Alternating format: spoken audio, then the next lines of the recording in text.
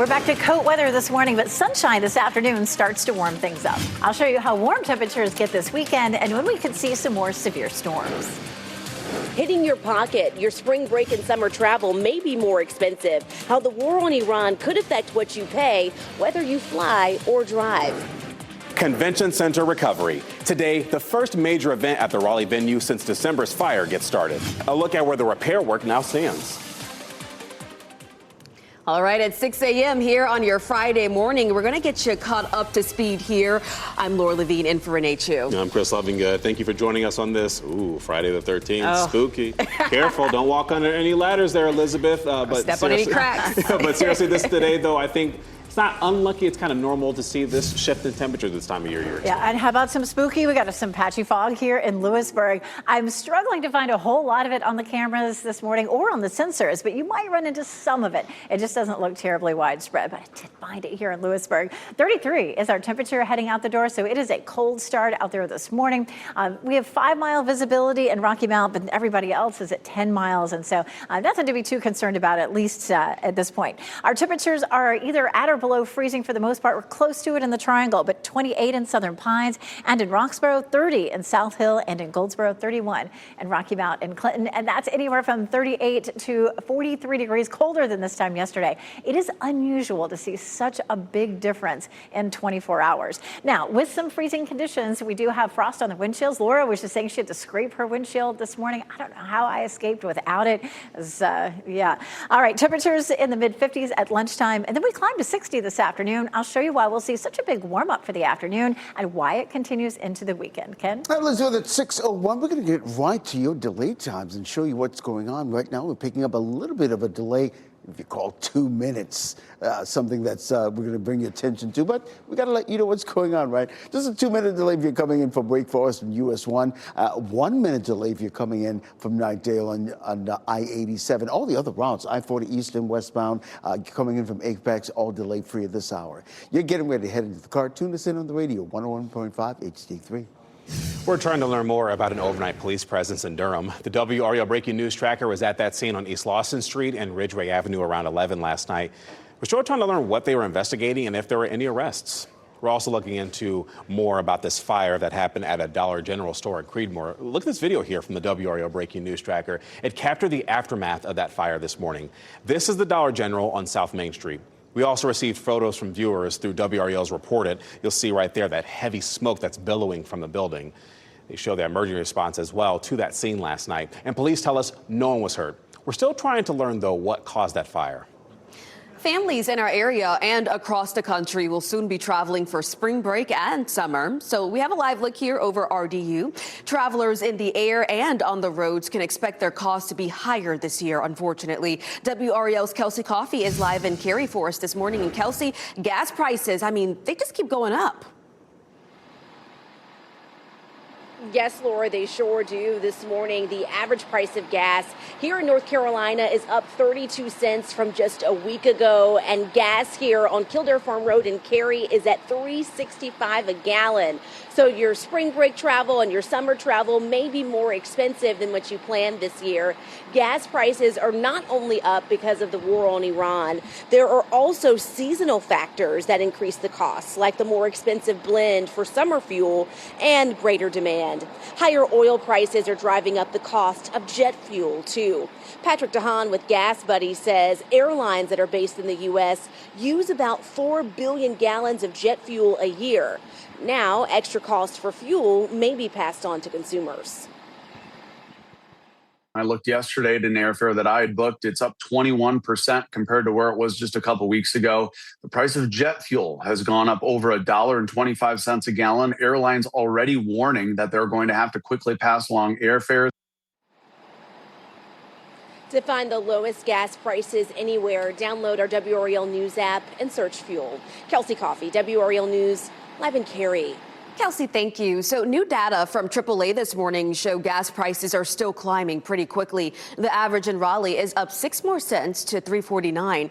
The North Carolina average also up 6 cents to $3.44. And nationally, it's up 3 cents to $3.63.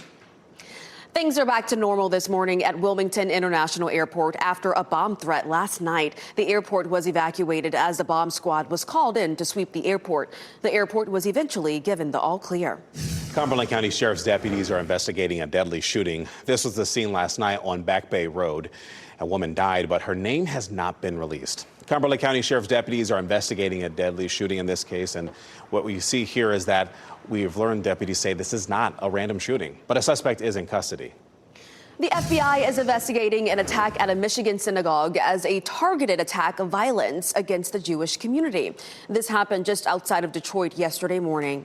Authorities say a car crashed through the doors and shots were fired after. The car eventually caught fire. The suspect was found dead in the vehicle, but it's still unclear how he died. Nobody else was killed. The Department of Homeland Security has identified the suspect in this attack as 41-year-old Ayman Ghazali. He was born in Lebanon and came to the U.S. in 2011. Members of the Jewish community in the Triangle are shaken up after this attack. They call it frightening, but not surprising. A rabbi we spoke with says Triangle synagogues have received threats over the years, and this has forced many of them to increase security. Jill Mattson, the CEO of Jewish for Good, says having to increase security is the unfortunate reality of the climate in which we live. The level of preparedness that we have in place and the amount of time that we spend with our staff to make sure that they know every possible situation that could unfold and how they can best address those situations is just, it's unfathomable of what is needed. And it is in times like this that we really need to lean in and be together and be with community. Now, despite the fear and the concern after this attack, leaders we spoke with emphasize places of worship should never be locations where people feel unsafe. I'm Kirsten Clark in the WRAL Live Center. We have a major update and some breaking news that we first brought you yesterday. 4 of 6 of the crew members aboard that U.S. refueling aircraft that went down in Iraq yesterday have been confirmed dead. That's according to U.S. Central Command, sharing this post on X just minutes ago, saying that at approximately 2 p.m. yesterday, a U.S. KC-135 refueling aircraft went down in western Iraq. 4 of 6 of the crew members on board that aircraft have been confirmed deceased as those rescue efforts continue. At this point, circumstances of the incident are under investigation. However, we do know that the loss of the aircraft was not due to hostile fire or friendly fire. The identities of those service members are being withheld right now until next of kin are made aware. We, of course, will continue to keep you updated on any new developments that we learn out of this crash. Okay, Kirsten, thank you. And we are following other new developments in the Middle East. President Donald Trump is now threatening Iran after a new wave of attacks on Gulf states and Israel. This is also after new Ayatollah Moshabba Khamenei vowed to avenge the deaths of Iranians killed in the war. Overnight, there were reports of new strikes in Iran and Israel. Authorities say dozens of people were injured in a missile strike in northern Israel. Emergency crews and paramedics were on scene treating around 30 people.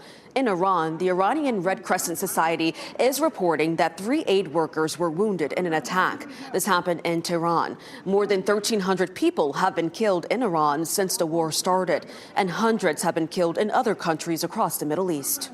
A former Knightdale High School teacher working in Dubai is expected to return home today after escaping the war in the Middle East.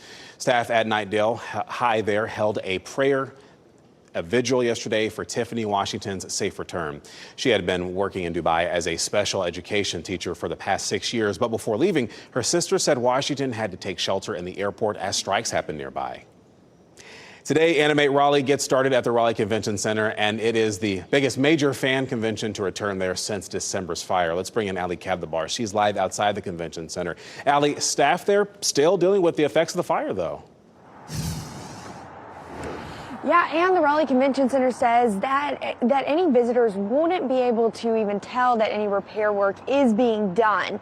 Now, in December, a fire tore through the roof of the Raleigh Convention Center, and it damaged the roof, also HVAC systems, as well as the kitchen. Since then, they've set up a mobile kitchen and temporary AC units. Now, they almost have all of the equipment to operate their kitchen, and the convention center says it should be up and running in early April. Carrie Painter, the executive director of the convention center, says Animate Raleigh is one of their biggest events, and the coordinators were willing to move it back a few months to make sure it could happen at the convention center. We are so excited and ready to see it happen. And you know, it's one of those shows where everybody comes dressed up and everybody is ready, and it's going to be 10,000 people. So it's a lot of people. Yeah, you can expect a lot of people in downtown Raleigh this weekend. Animate Raleigh kicks off at 4 p.m. and runs through Sunday. Reporting live in Raleigh, Ali Kadlabar, WRAL News. Happening today, elections officials plan to finish counting ballots in a Republican primary that could unseat one of North Carolina's most powerful legislators. We're talking about Senate Leader Phil Berger trailing Rockingham County Sheriff Sam Page by 23 votes in their state Senate district. The district includes Guilford and Rockingham counties. County elections officials plan to meet this morning to report their official counts. Despite the votes not being counted, WRAL's Paul Spey says Berger is still expected to be trailing after today. Now, they've already counted some of those military and overseas ballots last week. We were waiting to see if more would come in this week. What we're being told by election officials is there are not enough out there for Berger to close the gap between him and Page. Of course, Berger could still challenge the eligibility of some ballots. We'll see at today's meeting. So Page is leading by less than 1 percentage point. If that holds, Berger can request a recount, so long as he does so by noon on Tuesday. Berger says he's exploring that option. Berger and Page have started raising funds to pay for a prolonged recount process. Your time now, 6:11, ACC semifinals. The 2026 tournament is entering the home stretch. A look at where things stand for our local teams ahead of March Madness. Plus, St. Patrick's Day fun. The big parade is tomorrow in Raleigh. We'll have a preview of that event and more and out and about. It's actually a pretty good thing that it's tomorrow. The weekend looks gorgeous with this high pressure system, and it will eventually shift our winds to southerly. But boy, we could have some strong storms Monday and a cold St. Patrick's Day. We'll walk through it coming up. As you get into your car, tune to WRAL News Plus on your radio. In Raleigh on 99.3 FM. In Durham, 96.5 FM. And everywhere on 101.5 HD3.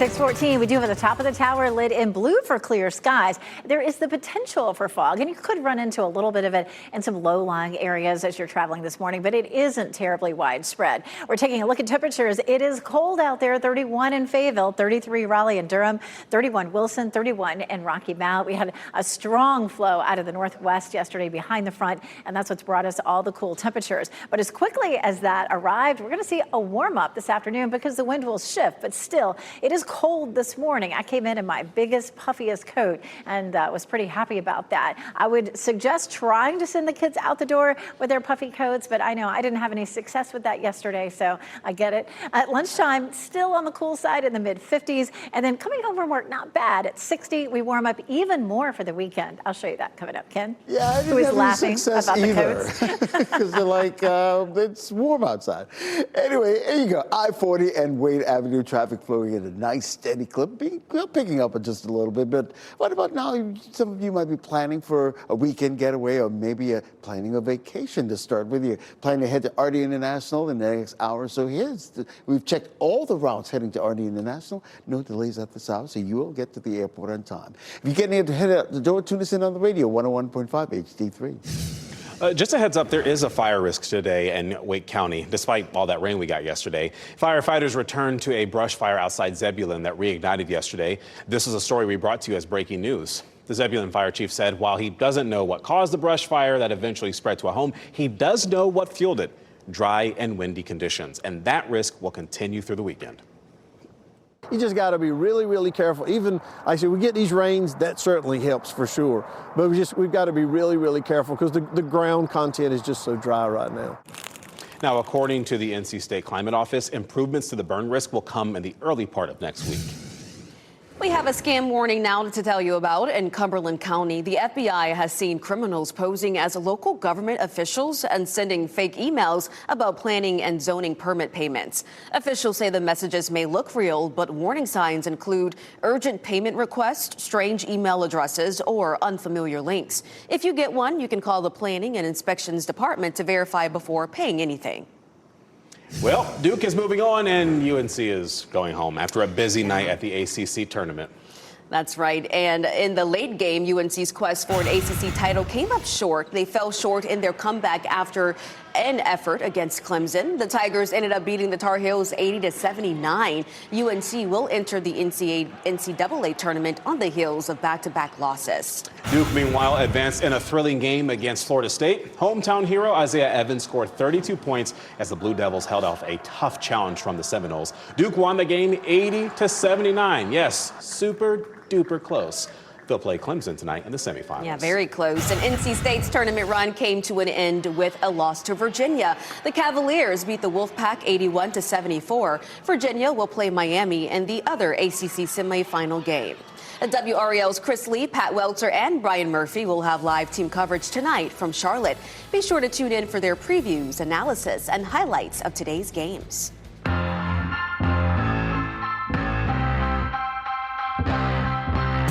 A lot of fun events planned across the Triangle this weekend. Let's talk all about it this morning on WRAL's Out and About. So, happening tomorrow in downtown Raleigh, the annual St. Patrick's Day Parade. You can watch that parade along Glenwood Avenue and Hillsborough Street starting at 10 a.m.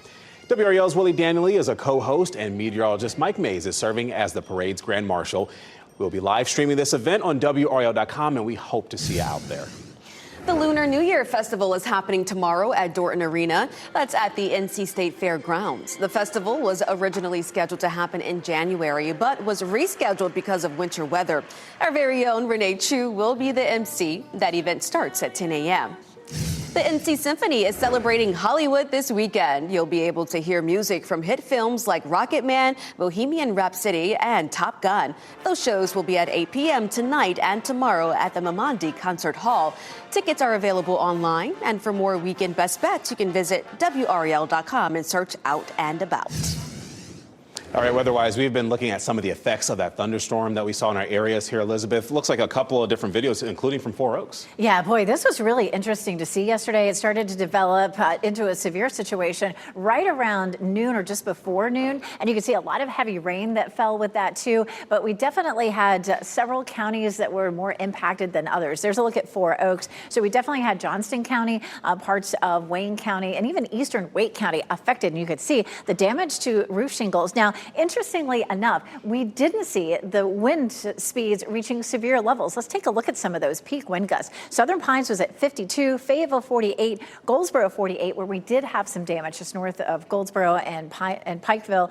Rocky Mount at 46 miles per hour, Clinton at 45. But severe weather levels would reach, say, 58 to 60 mile per hour winds. But those storms were moving very fast, and the speed of the storms, along with the strength of the wind, did help to produce some of that wind damage, and we've got another chance of it on Monday. This morning, we're seeing the cooler air behind that front. A little frost, a little patchy fog this morning possible. Warmer temperatures, though, this afternoon, and then 70s for the weekend, and severe storms are possible on Monday. So we're watching that very closely. Monday's system is still well to the west, moving into the Pacific Northwest. This front doesn't have a big impact on us. This high pressure system shifts our winds today to southerly. That will bring our high to 61 and continue to warm us up over the weekend. Saturday looks gorgeous. Sunday, we'll have the chance of some late day showers at 74, but it's Monday that'll bring us that chance of some severe storms. This is a look at that front as it comes through on Monday. Most likely it'll be afternoon and evening, and then we turn much colder behind that front, just like we did today. Take a look at this. This is unusual to see this far out. This is a day 4. We typically go out 3 days with our severe potential, but the Storm Prediction Center put us under a more likely there in orange, and that's something that's significant for us on Monday.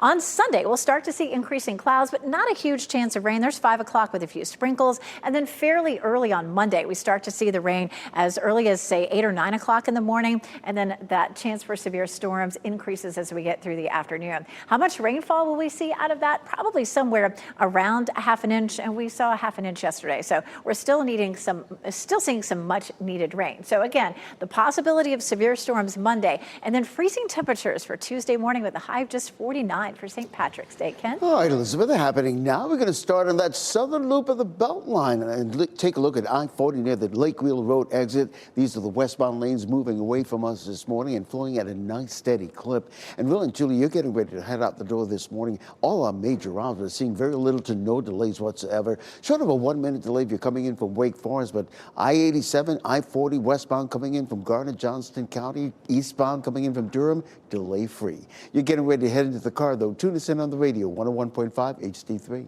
Okay, Ken, thank you. VP Vance in North Carolina. Vice President J.D. Vance will be in Rocky Mount this afternoon. What we know ahead of his visit to our state. And hey, just a reminder, if you see breaking news, maybe you have a story tip or video or pictures of severe weather where you are, report it to us at WRAL.com/report it.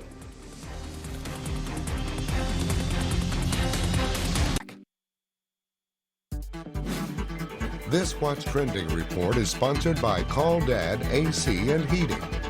Let's talk about it. Steven Spielberg is looking to the stars once again, and the Obamas' Broadway debut this month. All right, Ken Smith is here to talk all about that this morning and what's trending. Yeah, so let's start with Steven Spielberg's Disclosure Day, the official trailer now out. The new Alien movie stars Emily Blunt, Josh O'Connor, Colin Firth, and Coleman Domingo. The movie hits theaters June 12th. Yeah, as we know, Spielberg directed E.T. as well as Close Encounters of the Third King and Kind and War of the Worlds. So of some just classics adding to the list of He can't help it. He always wants to go back to the aliens. yes, so we know it's going to be good. This is his thing. So of course. Yeah. So how about this? The Obamas are taking on a new creative project, this time on Broadway. Former President Barack Obama and former First Lady Michelle are producing a revival of the Tony Award-winning play Proof. It follows a young woman whose life is thrust into turmoil after the death of her father and the discovery of a mysterious notebook. Yeah, big names in there. Don Cheadle, Edibiri, make sure I say her name right, I always butcher it. And it debuts on March 31st and will run for about 16 weeks. At the end of the month. This comes after their hit, Leave the World Behind. So it's cool to see them now taking on Broadway. Yeah, keeping busy. Yeah. All right, thanks, Ken. Spring break travel. Cost could be higher this year as college students hit the road or make their flights. We'll tell you how much. And Convention Center recovery. The first major event at the Raleigh Convention Center gets started today.